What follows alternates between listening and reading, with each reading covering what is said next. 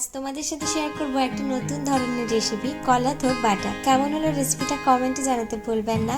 আর রেসিপিটা ভালো লাগলে প্লিজ লাইক করে দেবেন আর চ্যানেলটা সাবস্ক্রাইব করে নেবেন।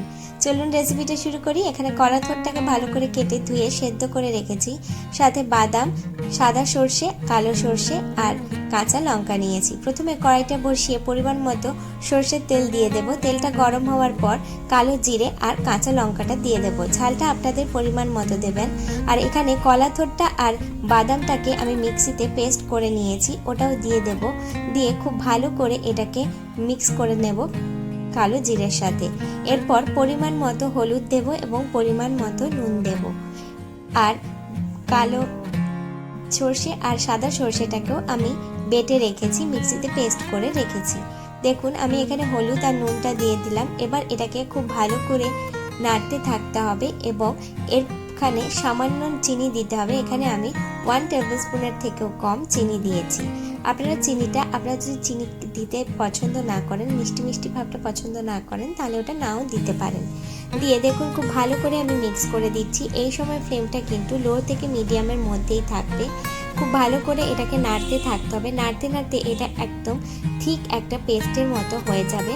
দেখুন আস্তে আস্তে জলটা টেনে আসছে আর এটা একদম ঠিক পেস্টের মতো তৈরি হয়ে যাচ্ছে। এরপর আমি 2 টেবিলস্পুনের মতো নারকেল কুড়ো দিয়ে দিলাম। আপনাদের যদি পছন্দ না হয় নারকেল কুড়ো দেওয়া, নারকেল কুড়ো নাও দিতে পারেন।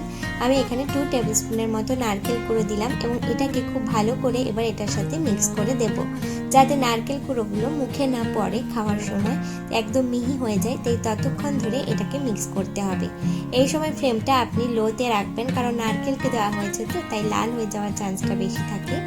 আর এর মাঝে আপনারা চ্যানেলটা সাবস্ক্রাইব করে নেবেন। প্রায় হয়ে এসেছে। এবার 1 টেবিলস্পুনের মতো কালো এবং সাদা সর্ষে বাটাটা আমি দিয়ে দিলাম। দিয়ে এটাকেও খুব ভালো করে মিশিয়ে দিতে হবে।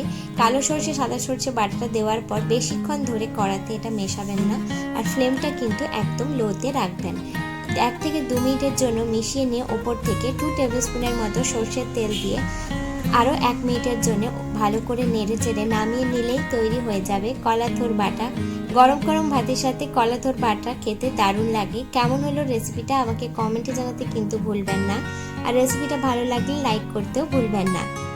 আর নতুন হলে প্লিজ চ্যানেলটা সাবস্ক্রাইব করে নেবেন।